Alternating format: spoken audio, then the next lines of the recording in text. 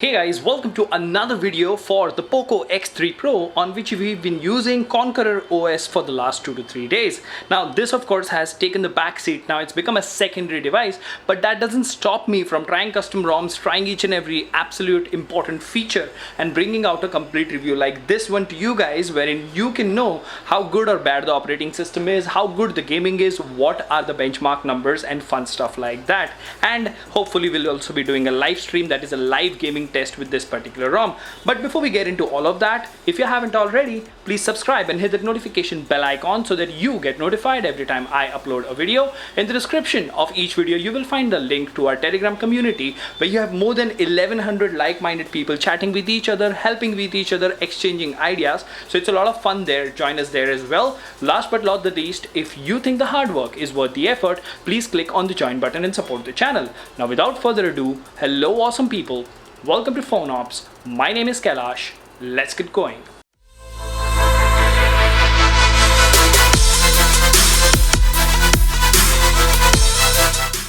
Alright, so as always, before we begin, a humble request to all of you. 80% of our views are coming from people who have not subscribed to our channel. It doesn't cost you anything and it supports and motivates us to bring better content to you guys. So please hit that subscribe button and hit the notification bell icon to support us. Now, talking about this particular ROM, this is Conqueror OS 4.4 official, Android 11, released on the 29th of July 2021.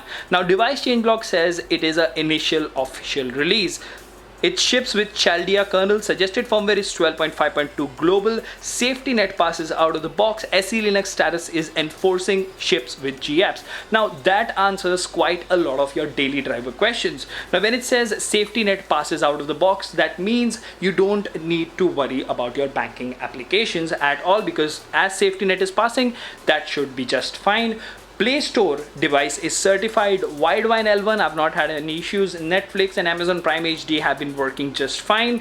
So let's have a look at the ROM. Now, when you boot with this particular ROM, you get a very minimalistic and clean UI look. To the left, of course, you have Google Discover, which we all love and use. And the app drawer is pretty responsive, pretty smooth, and comes with a bunch of features. Now, if you press and hold over here, and if you go to Home Settings, you do see that you get the basic Pixel Experience Launcher, which has a few basic customization options. Nothing over the top, nothing extraordinary, but some basic features which you can definitely go and use. Now, when you look at the ROM for the first time, you will notice that this ROM ships with Google Camera Go, which is much better than the standard Google Camera or standard camera application that comes shipped in a lot of custom ROMs. Along with this, apart from GApps, you don't really have any bloatware at all. Now, when you talk about a ROM of this caliber, which doesn't have a lot of bloatware, and the device that we're talking about is a POCO X3 Pro, which comes with a Snapdragon 860 and a 120Hz display, it makes your AOSP look and feel pretty instant and pretty solid. Now moving on, if we swipe from the top to bottom, you will get access to your quick tiles, and trust me, there are many. If you go to the edit mode, you do have a bunch of quick tiles over here. You do have your always on display, which I would not recommend using because this is a LCD panel and you will end up using 1 or 2% more battery every single time.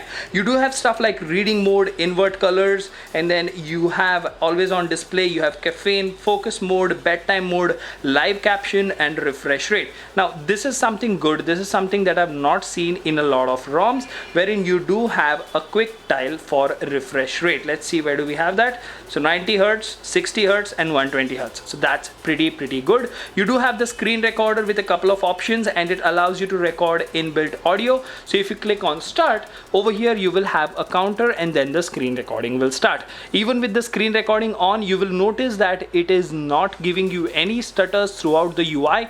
That's the beauty of custom ROMs. Now trust me, if you ask me, these days the only thing that is slightly holding me back and stopping me from giving you a recommendation that okay, you know what, flash this custom ROM and completely forget about it forever, is the camera clarity. Now I know we have Gcam Go, we have Gcam, the results are pretty amazing, but I still feel that the consistency and the additional feature bandwidth of ANX camera or the stock MIUI camera is still missing. But that doesn't stop me from saying that Custom ROMs give you better battery life, they give you amazing stability, and you don't really have to deal with the slow app opening speeds of MIUI, the usual jitters despite having a processor like 860, and the overheating problems.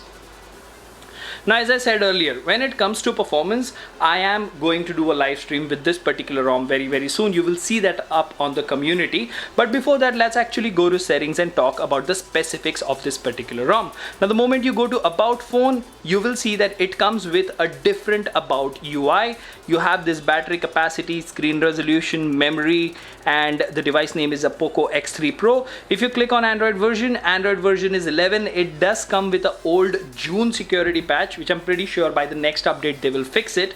And the kernel, as I said, is the Chaldea kernel, or yeah, I hope I'm pronouncing that right. If you keep tapping on the Easter egg, you will get your Android 11 bubble or cat game. There you have it. So everything fine and good over here. Now, if you look at the remaining settings menu, you will see that like other ROMs like .os and stuff, you don't really have a lot of colorful icons over here. It follows a streamlined thing wherein all the icons are colored in the same way. You have stuff like network and internet connected devices, apps and notifications, display, battery, sound, storage, security, privacy, accessibility, features. Now, if you go to features over here, this is the area where you get the customization of Konqueror OS. Now, for example, in Resurrection Remix, you have that separate menu. In some other ROM, you have that separate menu. Just like that over here, you have the gestures, you have status bar and quick settings customization, you have lock screen customization as well. You do have digital well-being and parental controls and Google at the bottom.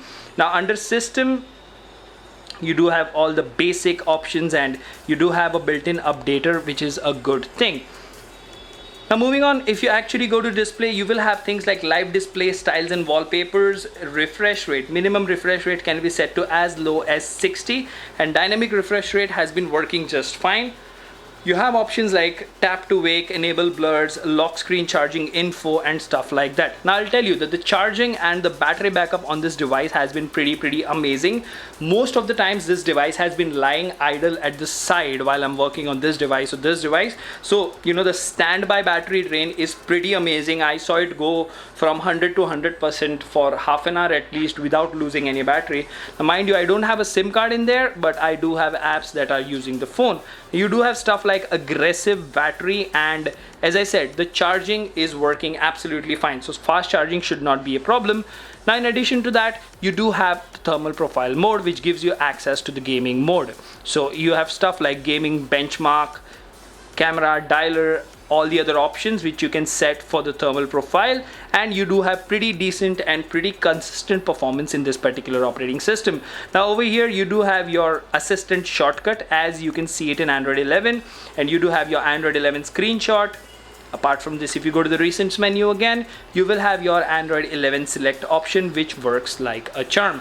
I have tried clicking a few pictures using this particular Google Camera Go application, and it is decent, not too bad, not too great, but it gets the job done is what I would say. As far as performance is concerned, the performance of this ROM is pretty smooth, pretty consistent. I've not had any random reboots or, you know, any app crashes or any issues which would stop me from recommending this to you as your daily driver. But let's talk about the important factor, that is the performance, for which I did run the CPU throttle test. Now, this is a 15-minute run that we had with CPU throttle test, and as you can see, it says CPU throttle to 89% of its max performance.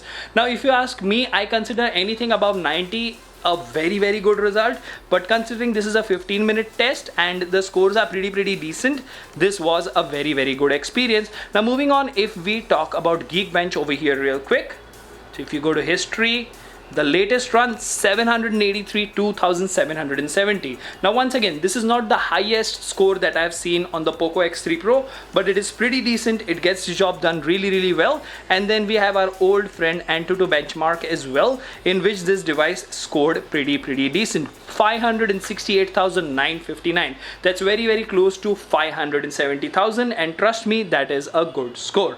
So all in all, if you talk about Konqueror OS, this is a very good ROM, comes with with minimal customization. It is the new kid on the block, so there will be more optimizations, there will be more things and even more features for that matter coming up.